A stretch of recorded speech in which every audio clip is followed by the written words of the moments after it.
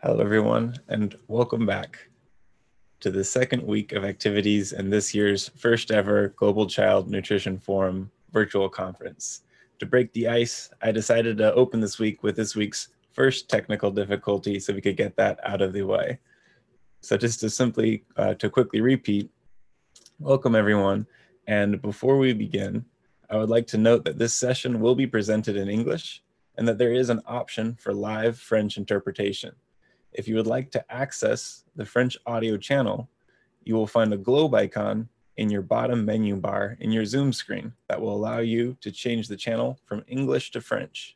If you have any questions, please add those to the chat and our production team will follow up with you.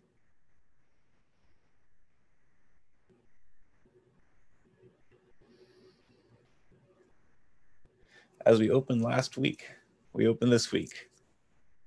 My name is Ryan Kennedy, and I'm the Program Officer for the Global Child Nutrition Foundation. And I'm joining you this morning, this afternoon, or this evening, simply to offer you the opportunity to review this last week's activities and look forward to another week of exciting forum activities as outlined additionally in an email that went out to all forum participants.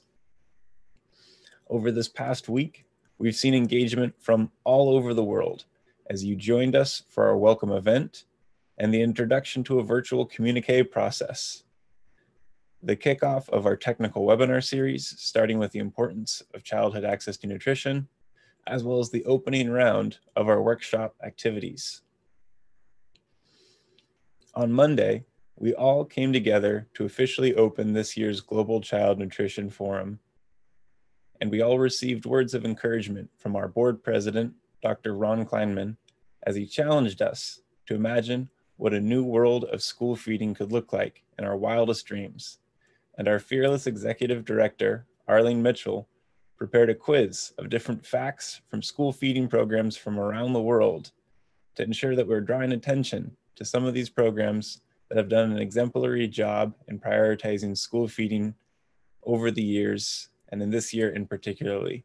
We hope to have many more examples to share with you all throughout the coming 2 weeks. On Tuesday, we were joined by panelists Miriam Schindler from the Global Alliance for Improved Nutrition, Yannick Fong with Royal DSM and their Nutrition Improvement Unit, Fatima Hachem with the United Nations Food and Agriculture Organization on a webinar moderated by Ms. Catherine Bertini, a distinguished fellow with the Chicago Council on Global Affairs, who led us through a stirring conversation on the importance of partnership and collaboration with the goal of improved access for children to nutrition. Miriam Schindler, who is the program lead for Better Diets for Children, discussed both the challenges and the opportunities to improve diets for children around the world as we navigate the challenges of the COVID-19 pandemic. Yannick Fong, the Global Director of Nutrition Improvement with Royal DSM, reminded us that there are still encouraging pathways to nourishing children as we navigate this dangerous pandemic and look for opportunities to fortify staple crops. And Fatima Hachem, who is the Senior Nutrition Officer with the Food and Nutrition Division for FAO, shared more about the learnings and opportunities for improvement moving forward.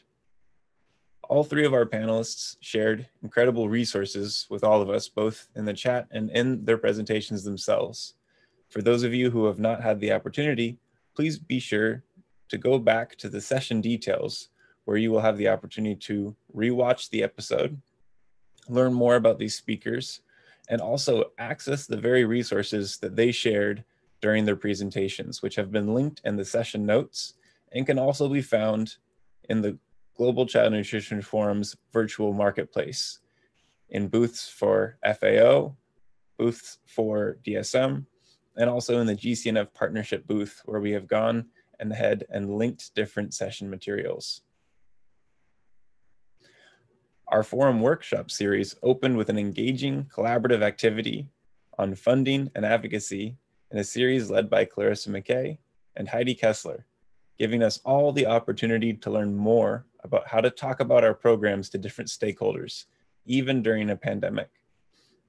a skill mentioned by Miriam Schindler in her presentation the previous day, noting how important it is to be able to share a consistent message, as well as a message that speaks directly to the stakeholders with whom we are trying to engage. For those of you who were not able to attend the funding and advocacy workshop in week 1, please be sure to mark it on your calendar and go back to the show notes where you will be able to download and print out some of the activities that our facilitators will be leading you through in the coming 2 weeks. On Thursday, our friends from DSM and Harvest Plus joined together once again this year to offer a dynamic panel workshop on why nutrient-enriched school meals are more important now than ever. In this year's series, they also brought in partners from the UN's World Food Program to share their learnings as they took participants a level deeper in understanding the benefits as well as the cost and opportunities for fortification and biofortification in today's school meal programs. For those of you that were not able to make the week 1 session, I encourage you to return to the session notes to access the speaker presentations, as well as additional resources, such as studies on the importance of nutrition and improving immune systems, the benefits and costs of broad-scale fortification for staple crops, and some of the new benefits of biofortification and how this style of implementation ensures that we are keeping farmers at the center of how we develop new crops that not only increase yields and stabilize production, but also select nutritionally dense products, which in turn allow our school meal programs to deliver key nutrients that our children need. These workshops will be returning for their second round in the coming week, and we will also be kicking off the opening of our health and hygiene workshop series, where we will be joined by Ms. Ann Sellers with the Catholic Relief Services and Sung Lee with Save the Children, as they facilitate a workshop that offers the opportunity to learn more about health and hygiene practices, as well as general well-being as we all navigate this pandemic moving forward, and also how we can take this challenge as an opportunity to return to basics. More information on all 3 of these workshops, as well as the dates that they've been scheduled, have been sent to you all via a forum email communication from CVent. Additionally, in this coming week, we will be offering our second technical panel in our technical panel series, in which we will be joined by Ms. Carmen Bourbano, the Director for School Feeding with the UN's World Food Program, Mr. Rafael Fabrega, Director for Food for Development with Tetra Laval, and Ms. Cindy Long, Deputy Administrator with the United States Department of Agriculture for Nutrition Services, the 3 of whom will be returning to deliver updates on hunger in the time of COVID-19 and what they have been learning and have continued to learn about how school feeding as a tool can serve as a tool to fight hunger even when schools are closed. We're also excited to announce that we will be also joined by Ms. Karine Silva dos Santos, the General Coordinator of the National School Feeding Program with Brazil's National Fund for Education Development, who will be offering a presentation on Brazil's National Fund for Education Development's new app called the Civil Society Oversight App, an innovation which has played a key role in the delivery of school meals while schools have been closed in Brazil. This panel will offer simultaneous translation in both Portuguese and French. This week also represents the opening and the beginning of our series of regional meetings. These meetings will ultimately be whatever we make them to be. We invite and have been inviting stakeholders from different regions to come together in facilitated discussion as we seek to answer three core questions on the status of communications in our regions, opportunities for collaboration and collaborative action, and a discussion on tangible next step actions that our regional communities can commit to following the conclusion of this forum to ensure that the learnings of this forum represent the beginning of collaborative action into the future. You'll note in the email that we have shared out to all forum participants that we have had to reschedule some of these regional meetings. And in these cases, we have offered opportunities to sign up on a mailing list where we will be able to reach out to schedule regional meetings beyond the end of this forum. For the others, we look forward to seeing you in this week's regional meetings and hope to have the opportunity to report out at the end of this year's forum activities.